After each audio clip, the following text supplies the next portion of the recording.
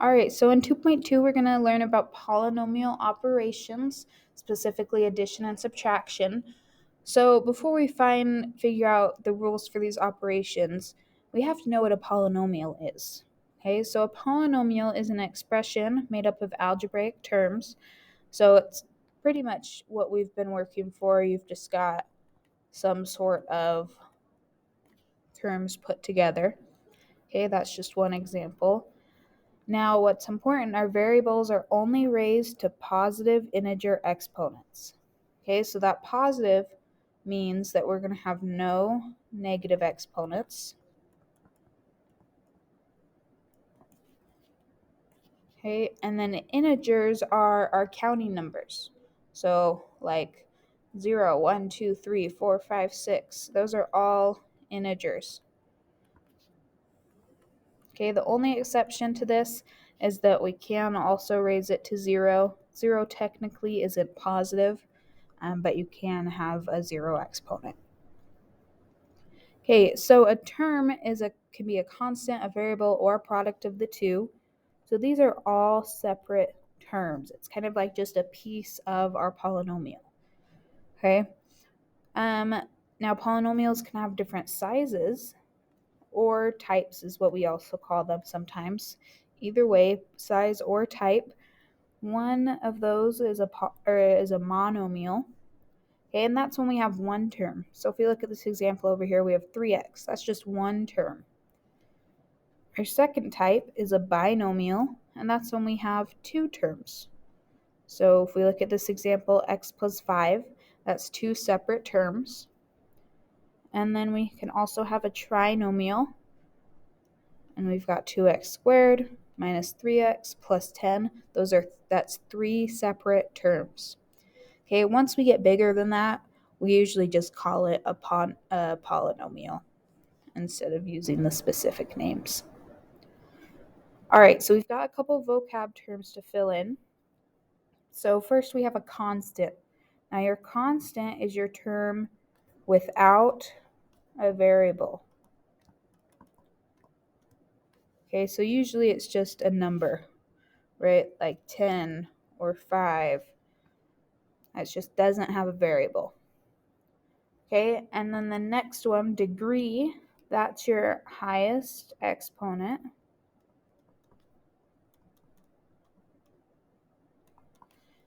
Now, if you don't have an exponent, like let's say maybe your polynomial is just 5, then if you have no variables with exponents,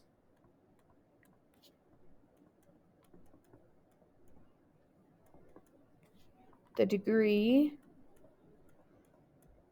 is 0. Okay, so if you don't have any variables, it's just a number, that degree is 0.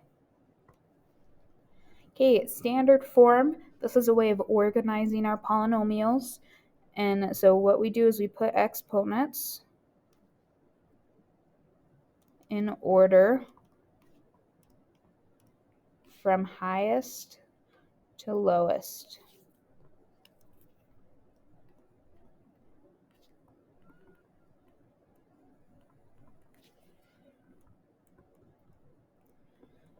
Okay, so if you look at our example right up here, that's in standard form because we start with our x squared, and then we have our x, right? That has an exponent of 1, and then we have no exponents.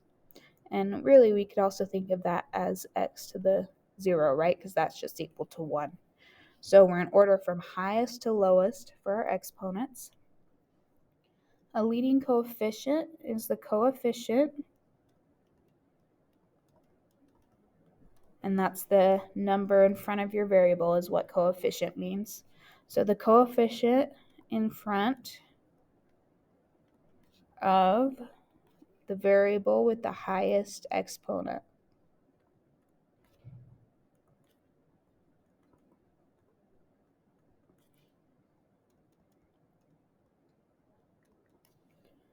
Okay, so that's what your leading coefficient is. Okay, now we're going to add one to the side, so just write this in on the side of your notes. We're going to add in leading term. Okay, a leading term is the term with the highest exponent. Okay, so rather than just taking the coefficient, it's the whole entire term. Okay, so we'll do some examples of all these down here in this table. You need to add a row for your leading term.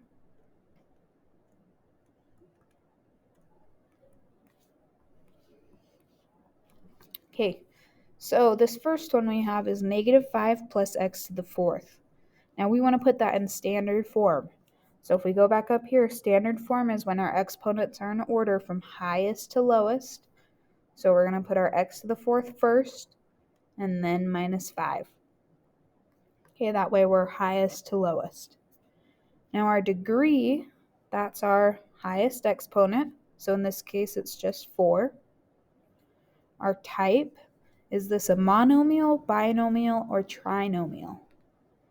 So this one is a binomial because we've got 2 terms in it, right? X to the fourth and 5. Okay, our leading coefficient, that's the coefficient that's in front of the variable with the highest exponent. So what's in front of our x to the fourth?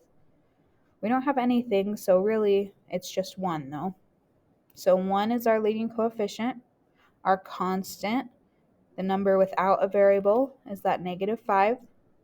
And then our leading term, so that's just the whole first term, so x to the fourth. Okay, let's look at this next one. We've got 4x minus x to the -3. Now this one's a little bit of a trick, right? Because it's got a negative exponent. And we said right at the top, we can have no negative exponents. Okay, so this one is actually not a polynomial. Okay, now if you want to pause the video and try the next two on your own, then I'll go over the answers so you can check them. Okay, so pause your video. Okay, so you should have got the next two filled out already, and we'll just go over the answers really quick. Your standard form for 2x is just 2x. There's only one term, so that's the only order it can be in. Our degree is 1 because we've got an exponent of 1. Okay, our type is monomial. We've got one term, so it's a monomial. Our leading coefficient is 2, right? That's the number in front of our highest exponent. And our constant is 0. Okay, we don't have a constant, so you can kind of think of it as doing a plus 0. Okay, and then our leading term is just the whole thing, 2x. Okay, now for this third row, our standard form is -2x squared minus 20x plus 15. Okay, people forget this negative a lot. That's probably one of the most common mistakes, so make sure you keep the signs the same when you're reordering them. Okay, and our degree for this, our highest exponent is 2. What type do we have? This is going to be a trinomial. Our leading coefficient, so in front of our x squared, is -2. Our constant is 15. And our leading term is just this whole first term. So we've got -2x squared. All right. So that's what a polynomial is. Now really quick, we're going to just review combining like terms. Okay, so combining like terms is when we can only combine things that are alike, right? We can't do like 3 plus x because one's a number, one's a variable. We have to have like terms in order to combine them. So if you look at A, what here are like terms? Well, we've got 3w and 4w and -w. Okay, so we've got lots of w's. I'm just going to rewrite it right here. So 3w plus 4w is going to be 7w, minus w is 6w. Okay, and then we also have this minus 2p. Okay, and so that doesn't have any like terms, so it just drops down. and is in our equation. And that would be our answer. So now let's look over here at b. We've got 5 minus 2b minus 10 minus 5b. So this one we have to be really careful because we've got this minus out front. Whenever we have a minus out front, really that's -1. So we got to multiply that -1 into our parentheses. Okay, so our 5 minus 2b stays the same. Then we do -1 times 10, that's minus 10. And -1 times minus 5b is going to be plus 5b. Okay, so once we've distributed that negative, now we can look for our like terms. So does 5 have any like terms? Yeah, we've got -10. Okay, and 5 minus 10 is -5. Okay, what about -2b? Well, we've got 5b,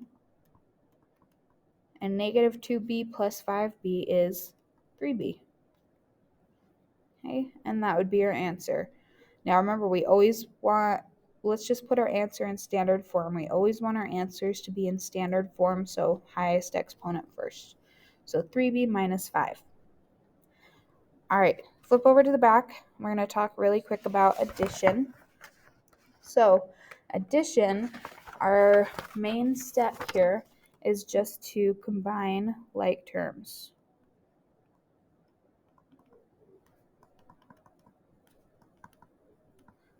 Okay, but once we've done that, we have kind of step 2 that we always have to remember. We want our answer to be in standard form. Okay, all your answers need to be in standard form. So let's look at this equation right here. Letter E, we've got x plus 3 plus x squared minus 4x plus 10. So we've just got to combine our like terms. So let's go through. Does x have any like terms? Yeah, we've got minus 4x. Okay, what about 3? Does 3 have any like terms? That would be 10. So 3 plus 10. And then x squared, does that have any like terms? Nope, so it just drops down. Okay, so what is x minus 4x? Well, that's going to be -3x. 3 plus 10, that's 13. And then plus x squared. Okay, so we're done with step 1. We've combined all our like terms. Now we need to check and make sure we're in standard form. Okay, so we're not in standard form because we've got that x squared last. So we're going to bring that around front. So we have x squared minus 3x plus 13 so that we're in standard form. Okay, so pause the video, try letter F on your own, make sure you understand it, and then you can press play and check your answer. Okay, so you should have tried F. So if we look at our like terms here, we've got 3x squared minus x squared, and that's going to give us 2x squared. Okay, then we've got -5x plus 7x. -5 plus 7 is plus 2x. And then 3 minus 5. 3 minus 5 is -2. Okay, so we should have gotten 2x squared plus 2x minus 2. And that one is already in standard form. All right, now let's move on to subtraction. So subtraction has some of the same steps, but our first step is different. That first step that we need to do is distribute the negative. Okay, so we've got that negative in there that we need to multiply into our expression, just like we did up here in letter B. Okay, so distribute the negative. Our second step is combine like terms.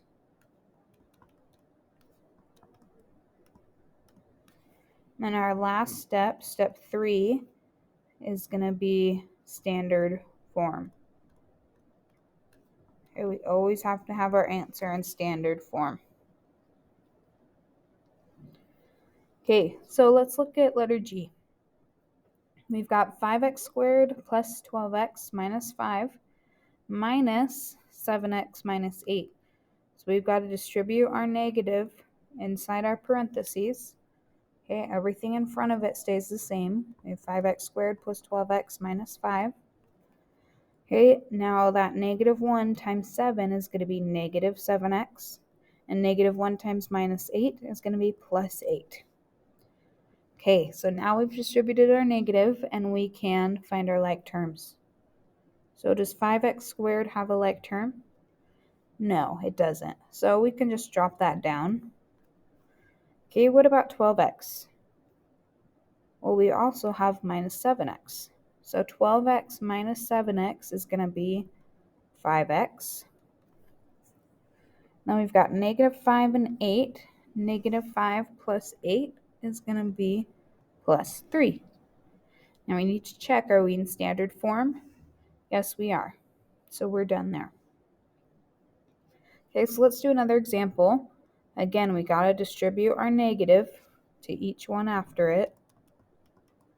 So we've got negative 7x squared plus 5x plus 20, right? All our signs are going to flip. Okay, we need to combine our like terms. Does negative 3x squared have any like terms? Yeah, we've got negative 7x squared. So negative 3 minus 7 is going to be negative 10x squared. Okay, what about negative 17? Well, we've got 20 over here. Negative 17 plus 20 is going to be plus 3. And then our last one, 5x, doesn't have any like terms, so that's just going to drop down. Now, are we in standard form? No, right? We need to switch the 5x and the 3 so that we can get to standard form. Okay, and that's the answer for that one. So we've got 2 more examples, so try them on your own and then come back and check your answers. Make sure you got everything right. Okay, so pause your video and try those.